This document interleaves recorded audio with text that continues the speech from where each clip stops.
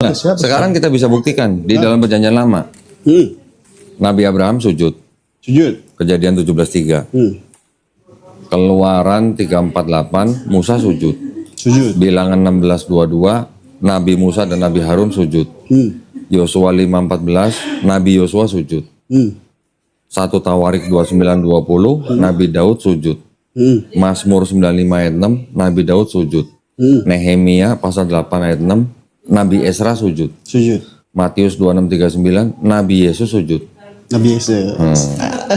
Ini semuanya pada sujud nabi-nabinya. Orang Islam ada perintahnya juga di Quran surat Al-Hajj 77.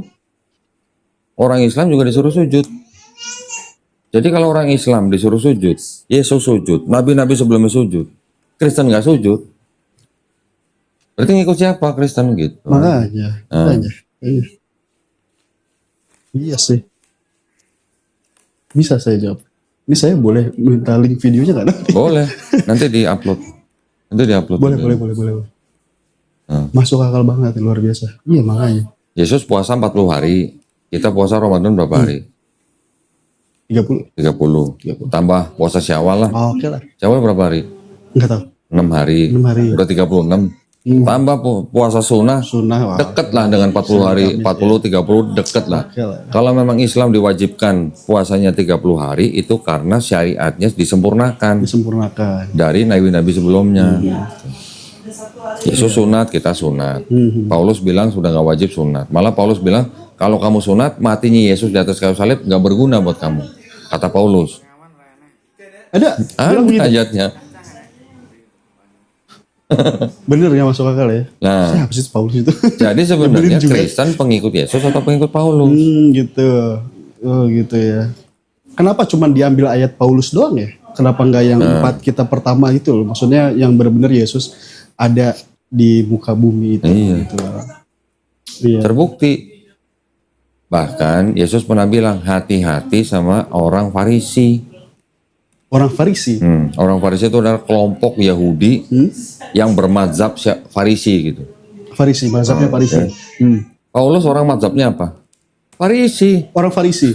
Jadi Yesus ngomong hati-hati sama orang Farisi, sedangkan orang Farisi. Paulus orang Farisi. Tahu dari mana? Ada di sini. Ada di Bible ada. Ngomong saya Paulus orang Farisi. Masa? Iya. Sedangkan sebelumnya ada Yesus ngomong hati-hati sama orang Farisi. Ada. Gimana sih?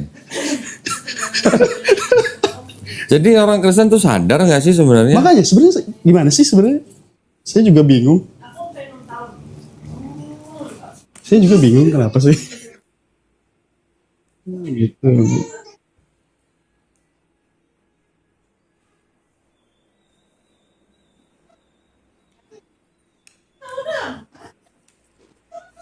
Matius 23:15.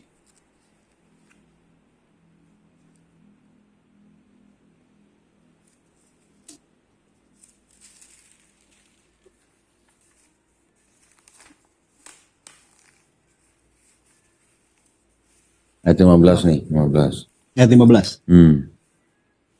Celah kamu hai ahli-ahli Taurat dan orang-orang Farisi. Ini kata Yesus. Iya, katanya. Katanya. Oh gitu.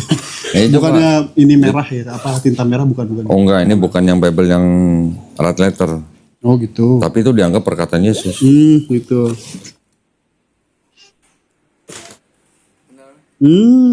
Iya kan? Iya. Sekarang buka. Yakin nih, saya bukain. Tapi ada orang Farisi. Saya Paulus orang Farisi. 35.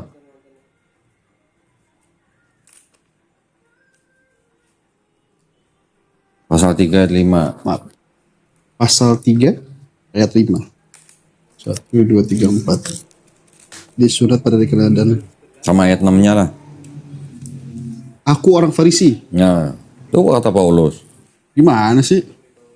Tapi kayaknya nggak pernah di-preach di gereja ya soal-soal kayak gini ya. Iya. Di-preach di gereja saya kayaknya cuman ayat-ayat yang ya baik-baik aja gitu. Yesus udah bilang nih, celaka lu orang Farisi lu. Celaka. Paulus orang Farisi. Terus aku udah kenapa diikutin? Makanya kenapa ya? Tanya makanya. Oh iya juga. Iya maksud aku sejelas ini gitu loh. Maksudnya di kitab yang mereka pakai aja maksudnya sejelas ini. Maksudnya yang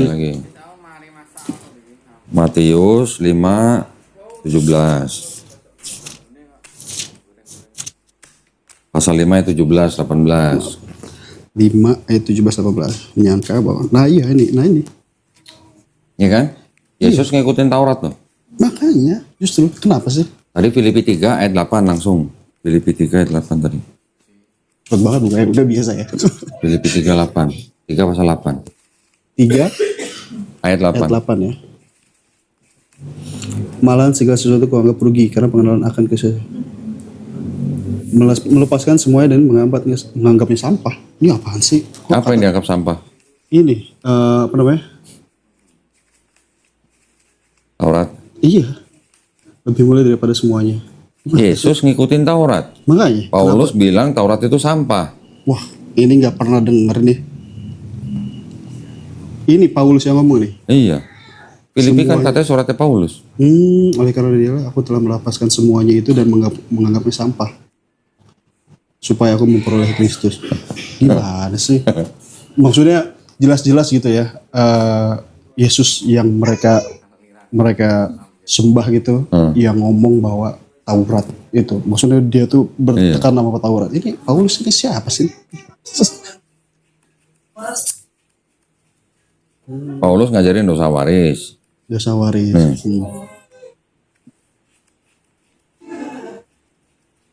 Tapi kenapa kata Paulus yang diikutin ya?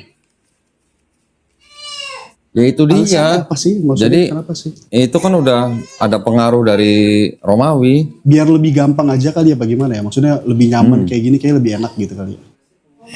Yang mana? 5 ayat 12 tuh. Ayat 12. Sama seperti dosa telah masuk ke dalam dunia oleh satu orang. Dan oleh dosa itu juga maut. Oleh dosa itu juga maut. Demikian maut telah menjelar kepada semua orang. Karena semua orang telah berbuat dosa. Adam dan Kristus. Jadi Adam Dosa waris kan? Gara-gara Adam itu berarti. Ya. Sekarang nih Matius 18. Matius, nah perkataan Yesus nih.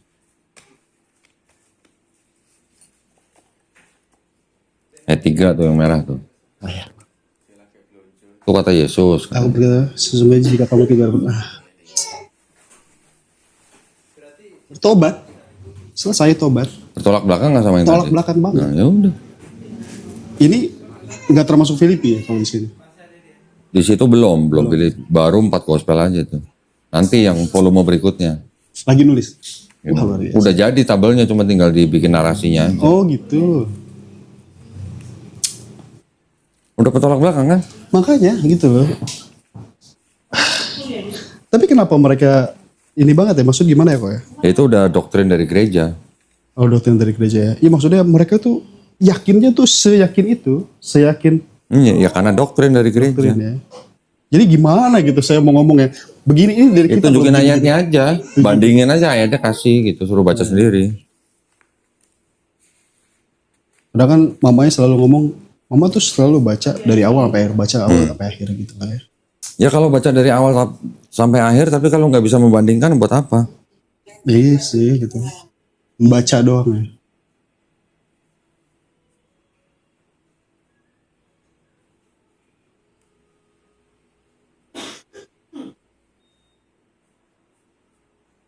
Doain lah kok biar bisa. Nah Ajak gini.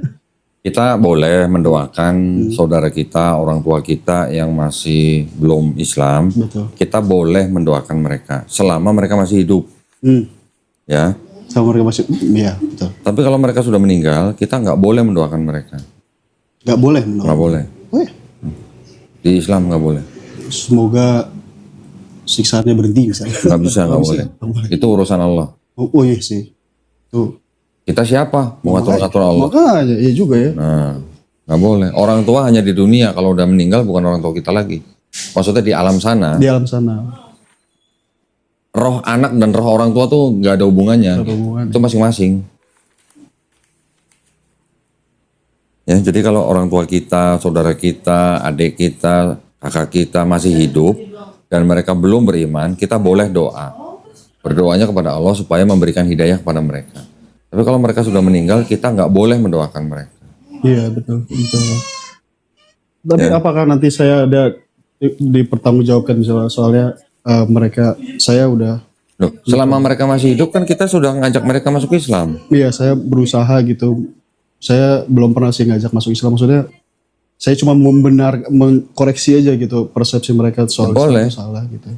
Maksudnya mereka nanti misal amit-amit meninggal dalam keadaan non Islam gitu ya. Saya salah gak gitu? Enggak, kita udah memberi. Yang penting dalam orang Islam itu hanya diwajibkan menyampaikan walaupun hanya satu ayat. Menyampaikan. Gitu. Kalau kita sudah sampaikan, urusan dia mau beriman gak beriman itu bukan urusan kita. Nabi bisa nggak? Nggak bisa. Nggak bisa. Pamannya aja nggak bisa masuk Islam sama Nabi. Nah kita bukan Nabi. Wah, iya, Nabi loh itu. Rugi banget ya pamannya. Ya kan? Iya.